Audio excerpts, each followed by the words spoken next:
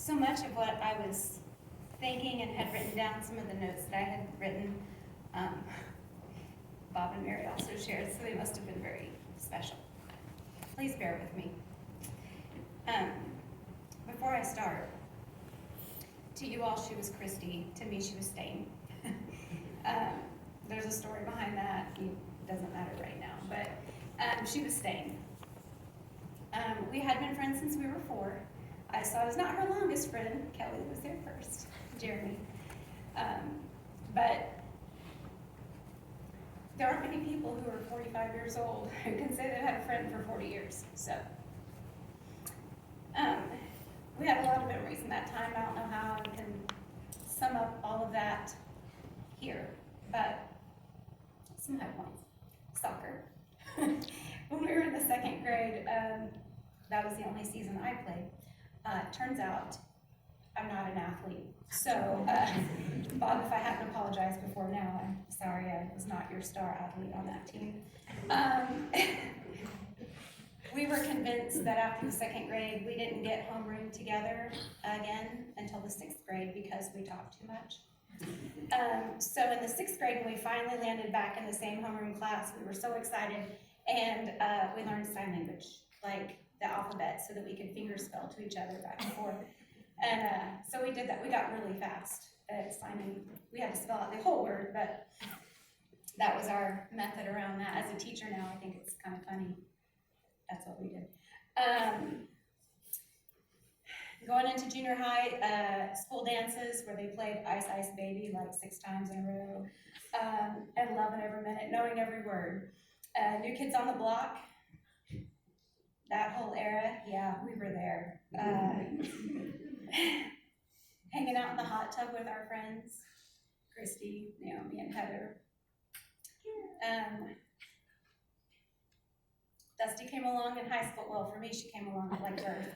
She was my cousin, but she became part of our little friend group in high school. Lots of memories throughout there, all the different little places we would go and think, just being together. I know all the parents loved when the girls would decide that we were going to that house that night, because we were perfect.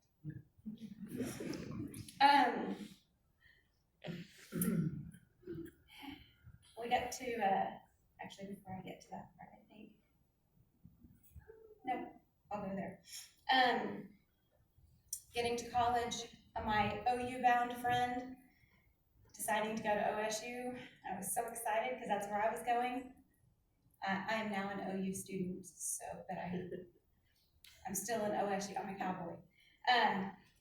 But it was funny sitting there listening to her as she and Jess would study like every night of their lives for their engineering degrees, and I'm in education with classes that are normal names, and they were studying things like thermodynamics and concretes, and I couldn't think of anything more horrible. But I remember us laughing at like one of their professors that they didn't understand some things that he'd been talking about, and he said it over and over and over, and he kept talking about pivots and vectors, and they couldn't figure out what that was, and it took them like weeks to figure out he was saying pivots and vectors. So we had a big laugh over that for a long time. When we got to college, we could watch Friends together. It was so cool because in high school we had to call each other and sit on the phone with each other while Friends was on. But in college we could watch it together. I don't know if she ever shared with y'all the first, had to be one of the first nights we were there in the dorms at Stillwater. And Christy and I loved each other. We could not live together, and we knew that. So we chanced it on some roommates, and we lucked out. Lisa was my roommate that year and became Christy's later on. But I remember the first night or two we were there, she was going to watch Star Trek, which was not my genre.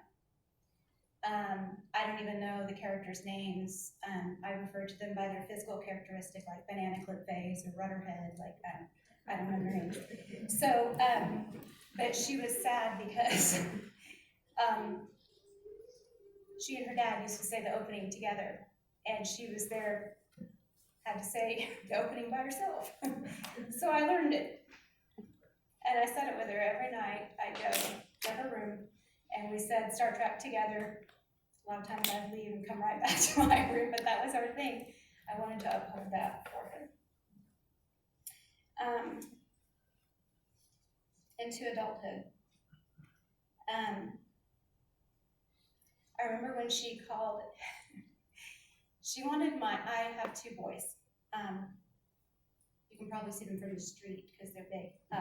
But they were, I don't know, probably 8 or 10, and she wanted them to come to Texas and spend a week with her. And I thought, oh my, what a good friend you are. I fear you don't know what you're offering. When I told my mom said, they're gonna eat her alive. It's like, I know, why don't we just do like 3 days or something to start with and kind of see. And she said her parents were gonna be there, which made me feel a little better, because she loves them so much. I was thinking that they would just, totally run over her. And I still wanted my friend at the end of this. So we agreed, and they went down and they had a blast. And they went back for several years, and I did let them go for like a week for 2 or 3 of the years. And they would go to baseball games and water parks and all sorts of stuff. They went to the lake that last time that they were there, I believe. But they had a great time with Stain, Auntie Stain, which changed to Auntie Stan. That's another story. Having to do with a video game, but it's fine. One of their funniest memories, and Stain laughed about this too years later. Bob and Mary were having an argument in the car. Save your shot. Yeah. I was like, I can relate. I've been there for those.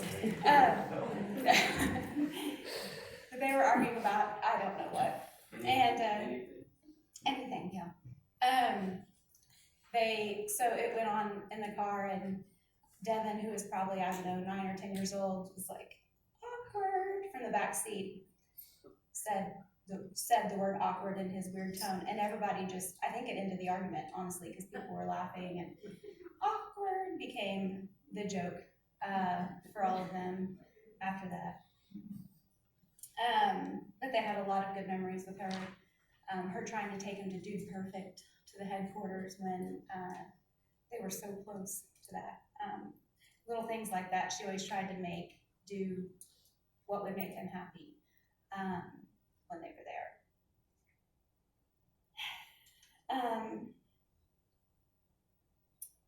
So, kind of brings us to here, I guess. As I called each one of our friends to tell them she had passed, everybody kind of went through the same exact emotions. Like, I kept having the same conversation over and over that I had had with Mary when she told me. And the shock and the denial and like, are you sure? But how? You know, and all of that. And I was like, I know, I get it. I was just there like 10 minutes ago. I understand. But in every one of those conversations, we were thankful for our friends. We were thankful to have that group for all these years. It's rare to have, I think, and I told my boys the same thing. We were so lucky to have each other all of those years, and I think even luckier to have our parents that raised us with good values and morals. But it's so good to have those friends that can help us and pick us up when we're down and laugh with us when we're celebrating. She was definitely one of those friends. So,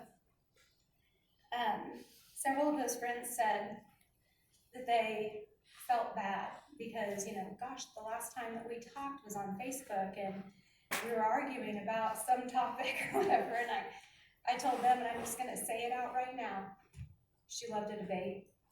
She loved to discuss. You walked away from that more upset than she did, I promise you. Because she loved that. She loved you. Thank you. Mary says that's right.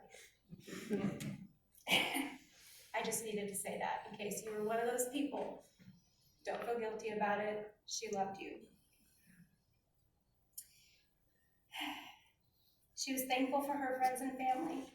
The last conversation that she and I had on the phone, not texting, but actual by voice, we were asking about each other's families, about each other's grandmothers.